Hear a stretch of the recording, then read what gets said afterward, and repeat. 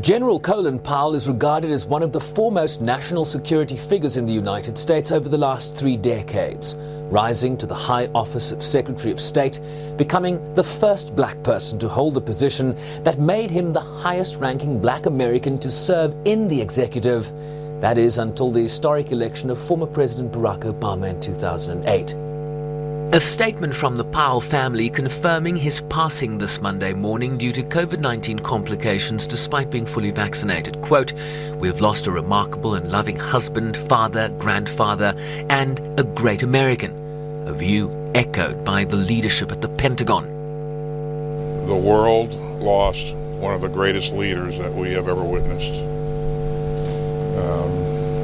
Alma lost a great husband, and the family lost a tremendous father.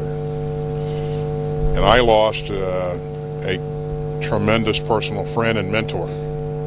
He has been my mentor for a number of years. He always made time for me, and I could always go to him with tough issues. He always had great counsel.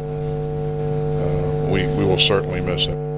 Powell's storied career includes serving in combat in Vietnam, becoming the country's first black national security advisor to then Republican President Ronald Reagan in the late 1980s, later named the first black chairman of the Joint Chiefs of Staff, the highest military office in the United States in the early 1990s, and later appointed the first black Secretary of State in 2001, the highest-ranking black government official at the time in the history of the country.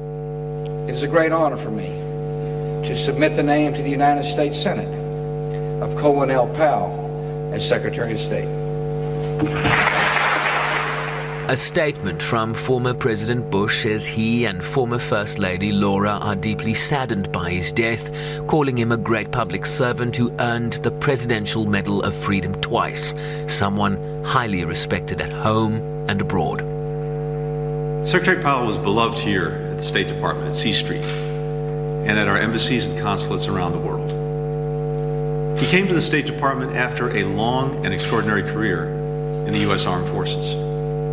He was General Powell, former chairman of the Joint Chiefs, when he walked into the Oval Office to be sworn in as our nation's top diplomat. After that, he was Mr. Secretary.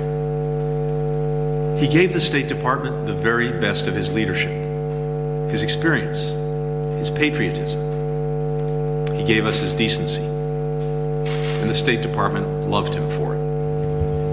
His illustrious career complicated when he became the face of the Bush administration's international effort to invade Iraq in 2003 over faulty intelligence pointing to the existence of weapons of mass destruction in Saddam Hussein's Iraq, addressing the UN Security Council in the midst of international outrage against the invasion.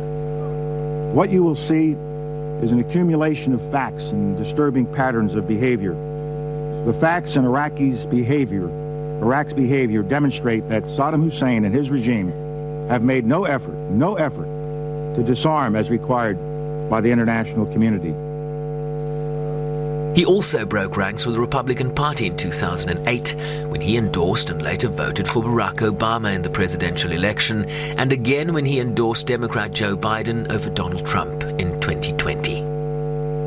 Several local media here also reporting that Powell was battling cancer when he succumbed to COVID-19 complications after he was diagnosed with multiple myeloma in 2019, a cancer of the plasma cells that are central in making antibodies to protect us from infection. Given his age, he was in an especially high-risk and vulnerable group to a breakthrough infection of COVID-19 despite being fully vaccinated. General Colin Powell was 84. Sherman Briceby's SABC News, New York.